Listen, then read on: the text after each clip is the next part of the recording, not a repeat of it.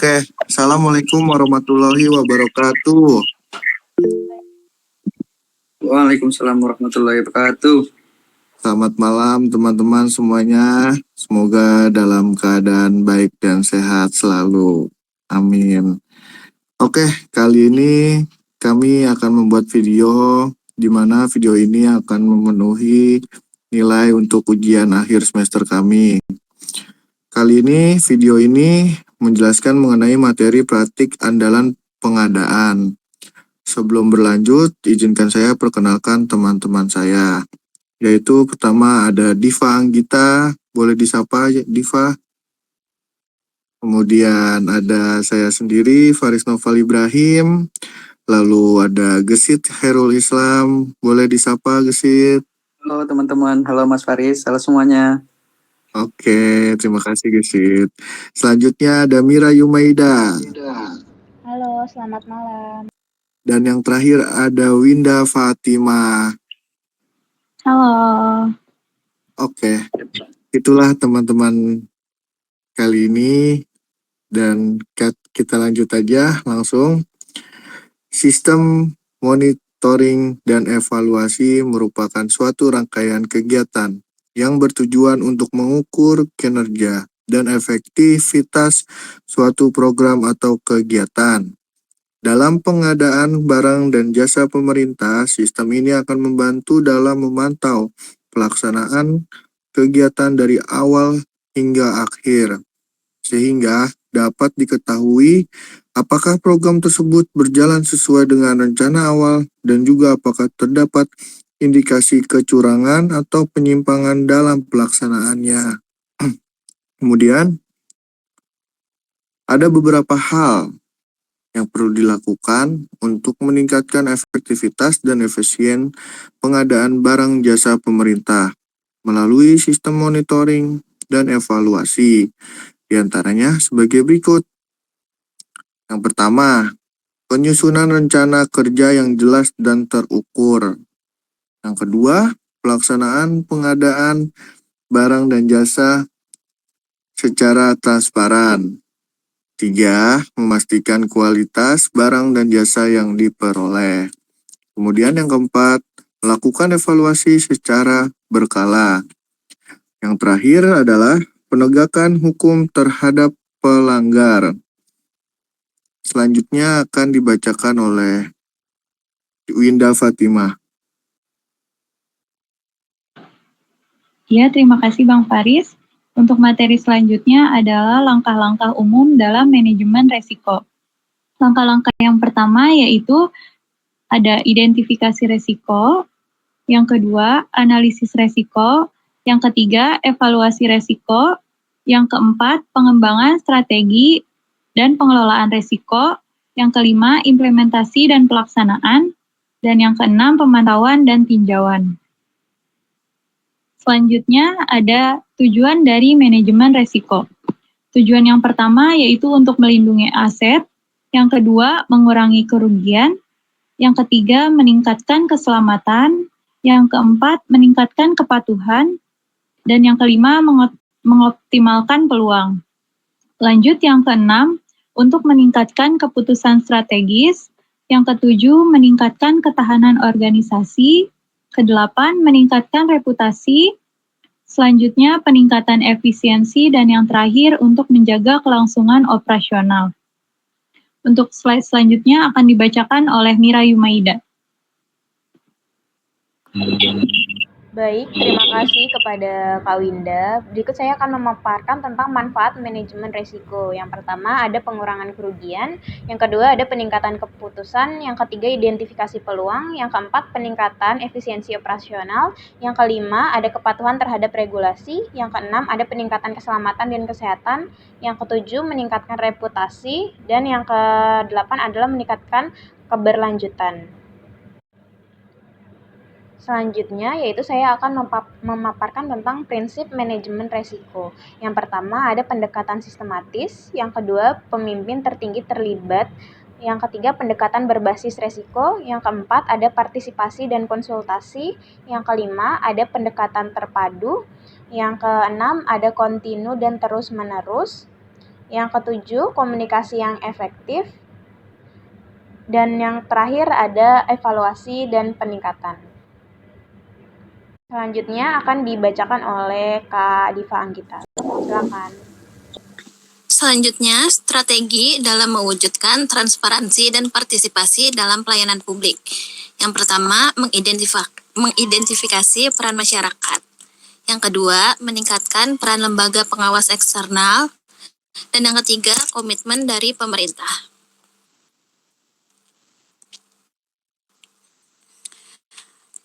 Selanjutnya, kesimpulan dari materi tersebut adalah tanpa adanya transparansi, maka partisipasi tidak dapat berjalan, begitupun sebaliknya.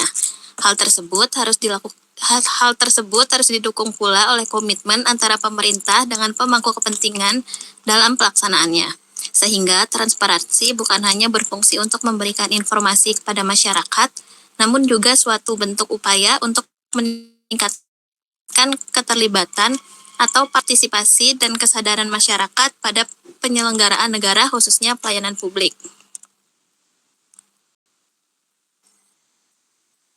Ya, cukup sekian pemaparan materi dari kami. Nanti selanjutnya akan dilanjutkan dengan bagian sesi tanya jawab yang sudah berlangsung kemarin ketika kita presentasi.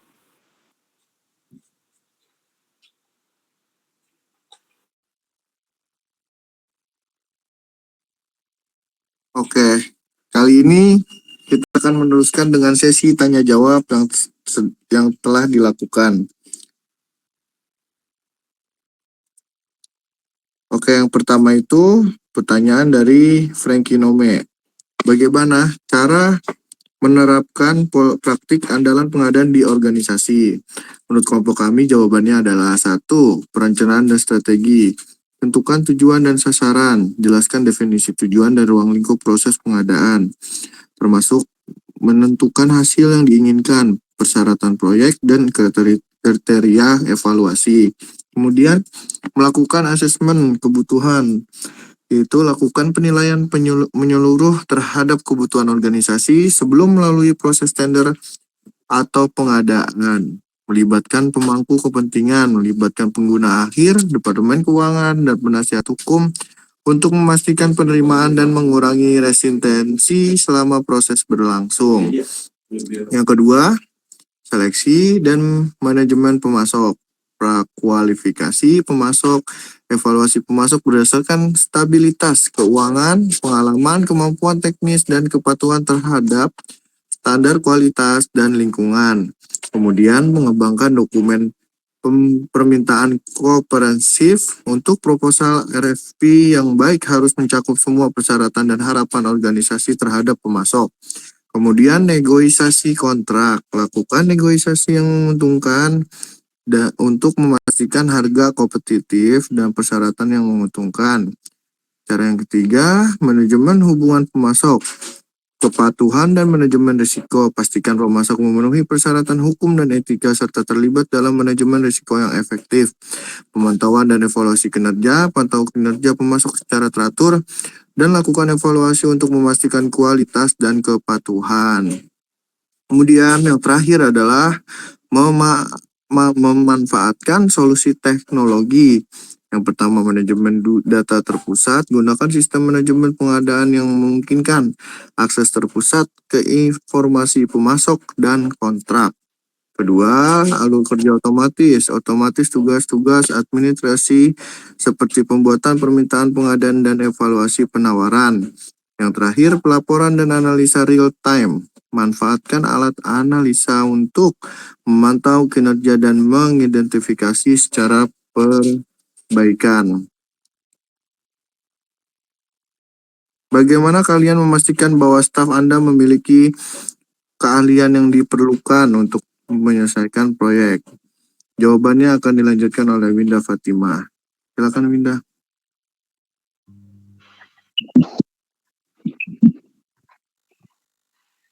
Ya, silakan Mas Kiki. Oke, boleh.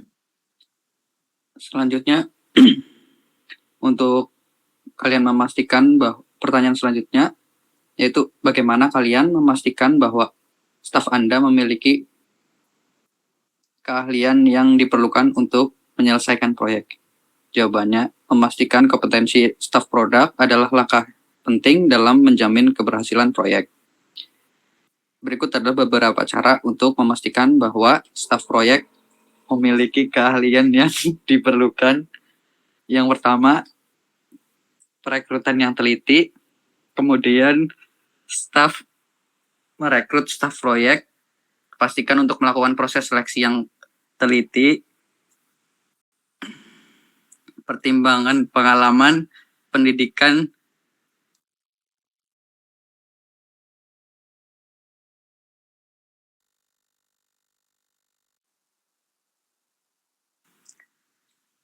dan juga keterampilan tentang industri atau bidang kerja tertentu. Yang kedua, pelatihan dan pengembangan. Setelah staf bergabung dengan tim proyek, berikan pelatihan dan kesempatan pembangunan. Ini dapat mencakup pelatihan teknis, pelatihan manajemen, atau pelatihan keterampilan interpersonal. Dengan menginvestasikan waktu dan sumber daya dalam pengembangan staf, Anda dapat meningkatkan kompetensi mereka. Selanjutnya di poin yang ketiga yaitu evaluasi kinerja. Lakukan evaluasi kinerja secara berkala, tinjau bagaimana staf berkinerja dalam proyek dan apakah mereka memenuhi harapan. Jika ada kekurangan, diberikan umpan balik konstruktif dan rencanakan pelatihan tambahan jika diperlukan. Lalu yang terakhir atau yang keempat, kolaborasi tim. Pastikan staf dapat bekerja sama dengan baik dalam tim. Keterampilan kolaborasi, komunikasi, dan kepemimpinan sangat penting. Tim yang solid dapat saling melengkapi dan mencapai hasil yang lebih baik.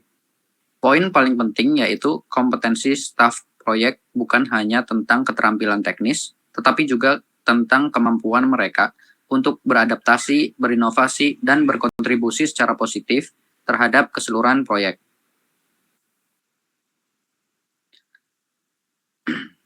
Kemudian pertanyaan selanjutnya dari Mas Aldi Mauladi mungkin bisa dibacakan oleh Mbak Diva Anggita.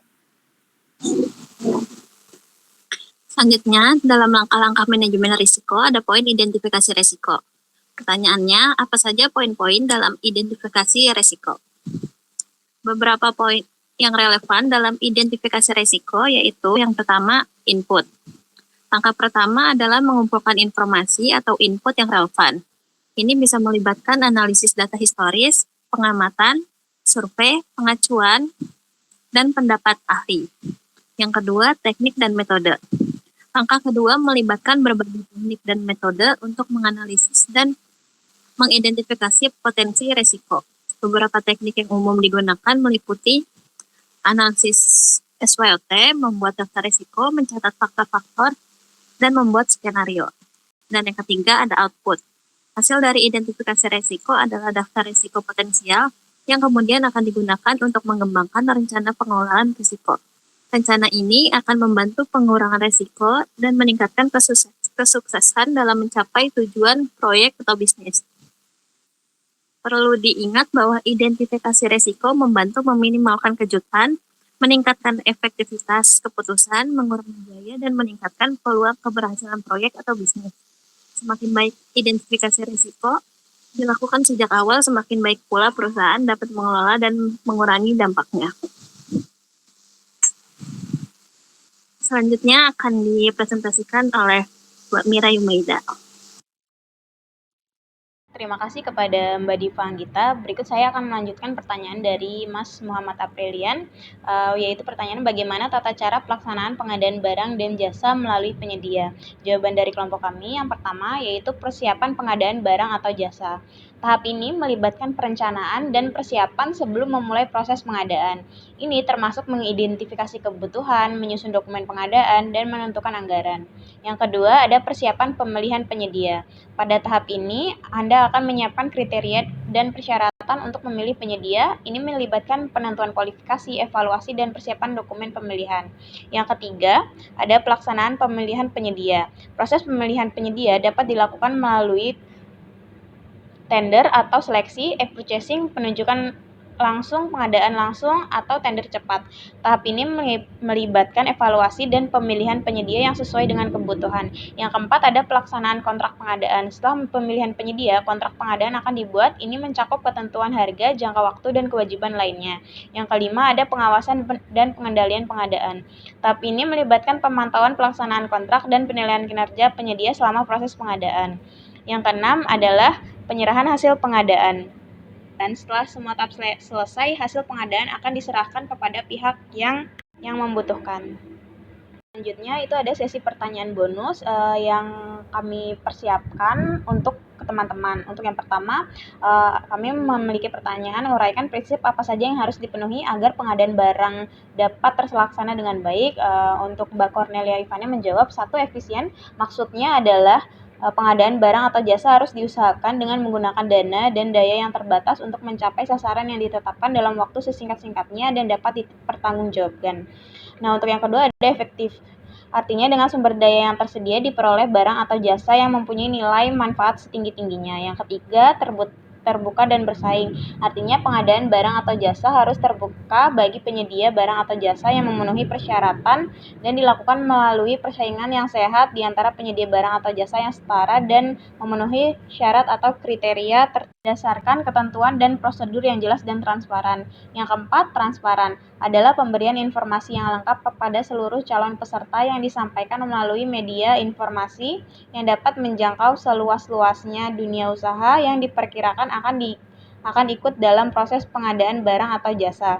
Setelah informasi didapat oleh seluruh calon peserta, harus diberikan waktu yang cukup untuk mempersiapkan respon pengumuman tersebut. Yang kelima, adil atau tidak diskriminatif. Maksudnya adalah pemberian perlakuan yang sama terhadap semua calon yang berminat sehingga terwujud adanya persaingan yang sehat dan tidak mengarah untuk memberikan keuntungan kepada pihak tertentu dengan dan atau alasan apapun.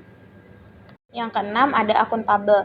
Berikut harus mencapai sasaran baik fisik, keuangan maupun manfaat bagi kelancaran pelaksanaan tugas umum pemerintahan dan pelayanan masyarakat sesuai dengan prinsip-prinsip serta ketentuan yang berlaku dalam pengadaan barang dan jasa. Akuntabel merupakan pertanggungjawaban pelaksanaan pengadaan barang atau jasa kepada para pihak yang terkait dan masyarakat berdasarkan etika, norma, dan ketentuan peraturan yang berlaku. Untuk selanjutnya akan dibacakan oleh Mbak Winda Fatimah. Silakan untuk Mbak Winda Fatimah. Baik, terima kasih Mbak Mira. Untuk pertanyaan dari kita yaitu apa yang dimaksud recruitment card dan electronic card. Kemudian Mbak Nadila menjawab procurement card adalah kartu yang digunakan oleh perusahaan atau untuk memudahkan proses pengadaan barang atau jasa. Kartu ini memungkinkan pembelian dengan nilai kecil secara efisien dan teratur. Kartu pengadaan atau purchasing card atau card adalah jenis kartu kredit korporat yang dirancang untuk memudahkan proses pembelian bagi perusahaan. Kartu ini membantu mengurangi ketidakefisienan dalam proses pembelian tradisional. Selanjutnya, pengertian electronic card atau uang elektronik adalah alat pembayaran dalam bentuk elektronik di mana nilai uangnya disimpan dalam media elektronik tertentu. Pengguna harus menyetorkan uang terlebih dahulu kepada penerbit dan disimpan dalam media elektronik sebelum menggunakan untuk bertransaksi. Sekian, saya kembalikan kepada Bang Haris.